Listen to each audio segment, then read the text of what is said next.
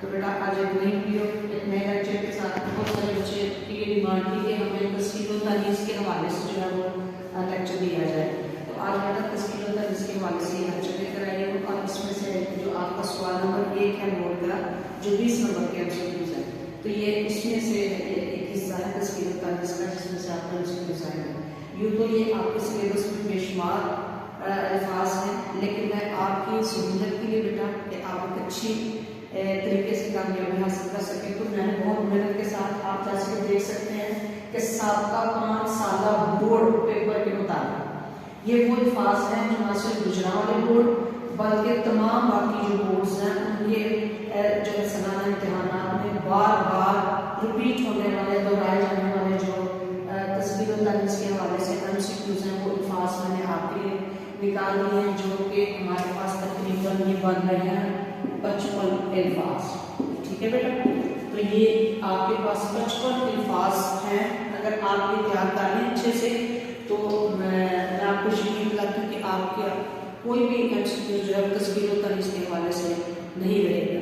ठीक है, तो आइए देखते हैं कि ये अल्फाज कौन कौन से हैं। मैंने उन सबको निकाल के आपके लिए लिख दिया, तो उनको आप नोट कर लें, अपनी बुक के ऊपर भी मार्क कर सकते हैं। ठीक है, फिर से बता दूँ कि ये वो अल्फाज हैं जो साबका 5 साल पेपर्स में बोर्ड में आ चुके हैं, जो नहायत अहम तरीन अल्फाज हैं।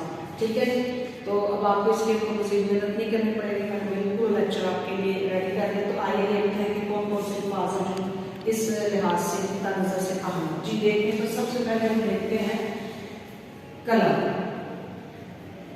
मेरे साथ देखते जाइए, कलम, दर्द, हक्का बक्का, ख्वाब, कीचड़, मेज, होश, खाली, जादिरा, गेंद, अखबार, कब्ज, मैल, फरवरी, प्याज, मरहम, घास, झाड़, कलमदवार, ताश, टिकट, दगा, झाड़ू, बाइसाइकिल, फोटो। नेक्स्ट है नाक, तारकोल। ओके बेटा, तारकोल यहाँ पे आपके लिए खास होता है। तारकोल जो है वो आमतौर पर जैसे जब सड़क बन रही है तो आप देखते हैं कि उसके ऊपर ब्लैक कलर की जो उन्होंने डाला होता है मवाद, उसको हम लुक कहते हैं पंजाबी में, तो उर्दू में इसको हम कहेंगे तारकोल। ठीक है, तारकोल। उसके बाद तार है, तार मतलब से है ये भी 2 मायनों में इस्तेमाल है। एक वो तार जैसे बिजली की तार, एक होता है तार पैगाम। अच्छा, ये पैगाम जैसे वालिद साहब का तार आया तो उस सूरत में ये मुज़क्कर होगा, या मैंने कपड़े तार पर लाए हैं डाले हैं तो उस सूरत में ये तार क्या है, मुअन्नस। करतूत, मर्ज, रुझान, गेहूं, इमला, गोंद, अवाम। अच्छा जी, यहाँ पर अवाम जो है ये मैं बताती चाहूँ कि अवाम लफ्ज़ जो है वो मुज़क्कर में इस्तेमाल होता है। ठीक है, आमतौर पर हम मुअन्नस में इस्तेमाल करते जाते हैं, मुज़क्कर है। ज़ाफ़रान, ज़ाफ़रान एक कीमती जड़ी बूटी है, उसका नाम है। उसके बाद हिल्लत। उर्दू, अब उर्दू मुज़क्कर भी है और मुअन्नस भी है। मुज़क्कर इन द सेंस के जैसे मैंने उर्दू का मज़मून पढ़ा, ठीक है, और उर्दू की किताब। फिर इसके बाद ये सूरत में मुअन्नस हो गया। ज़ुबान के लिहाज से जब बात करेंगे तो तब भी ये मुअन्नस है उर्दू लैंग्वेज। तो आपको पता है कि ज़ुबानें जितनी भी हैं वो सारी की सारी मुअन्नस है। जी आगे देखते हैं हल्फ, नयाम। अब नयाम क्या है, आपने देखा बेटा तलवार के जो कवर होता है उसको नयाम कहते हैं। सल्तनत, ऐश, दाम। लुगत, लुगत क्या है, लुगत कोई भी इंग्लिश में लफ्ज़ जो है वो डिक्शनरी इस्तेमाल किया जाता है। दही, जिद, नवायवत। नवायवत जो है वो अखबार का नाम है, तो लिहाजा उस निस्बत से ये मुज़क्कर होगा। दीवान, अब दीवान क्या है, यहाँ पे बहुत सारे बच्चों के इसमें मसला आता है कि दीवान का लफ्ज़ मायने नहीं पता। तो दीवान होता है बेटा किसी भी शायर का अल्फ़ाबेटिकली उनके तरजीह के एतबार से तरतीब दिया गया जो शेर मजमूआ होता है, कलाम होता है, उसे दीवान कहते हैं, जैसे दीवानी गाही। इसके बाद एराब। आगे देखिएगा राग, उद्यम।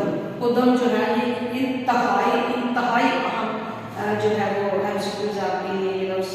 पतंग, लौंग, उसके बाद डकार और तोती बोलना। अब ये आपने देखे बेटा, जो कि हमारे पास तकरीबन 55 अल्फाज बनते हैं, और मैं आपको इस बात की यकीन दिलाने के रखती हूँ कि लाजमन आपका ये तमाम एमसीक्यू जो है बोर्ड में इसमें से आएगा।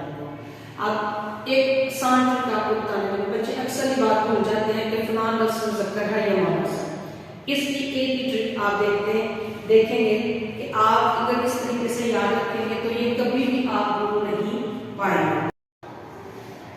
ओके बेटा, अब लेक्चर के आखिर में आपको सबसे अहम तरीन जो बात बताने लगी हूँ कि आप अपने ये तस्वीर और तनीस के हवाले से एक आसान ट्रिक जो है जो आपको कोई दूसरा बंदा नहीं बताएगा, और वो ये है कि आमतौर पर बच्चों को समझ नहीं आती कि ये लफ्ज़ मुज़क्कर है या मुअन्नस। तो उसकी आसान ट्रिक है बेटा, याद रखिएगा कि जब भी आप ये एमसीक्यू सॉल्व करें तो जो भी आपको अपने में से अल्फाज है तो आपने एक लम्हे के लिए अपने जहन में उनको रिकॉर्ड करना है, क्योंकि 90% ऐसे होता है कि जो लफ्ज़ हम रोज़मर्रा ज़िंदगी में मुज़क्कर बोलते हैं वो मुअन्नस होते हैं, और जो मुअन्नस बोलते हैं वो मुज़क्कर होते हैं। तो आपने इस तरह से दोहराना, जैसे इसकी मिसाल है दर्द। तो आमतौर पर रोज़मर्रा ज़िंदगी में हम कहते हैं मुझे दर्द हो रही है, जबकि दर्द हो रहा नहीं है। मेरा ख्याल है कि आप मेरी बात को समझ गए होंगे कि रोज़मर्रा ज़िंदगी में हम इसे मुअन्नस बोलते हैं जबकि ये मुज़क्कर है। इसी तरह तमाम अल्फाज को आप इसी पैमाने पर रख सकते हैं। बहुत शुक्रिया। लेक्चर पसंद आया तो शेयर एंड लाइक कीजिए। Thank you so much. God bless you.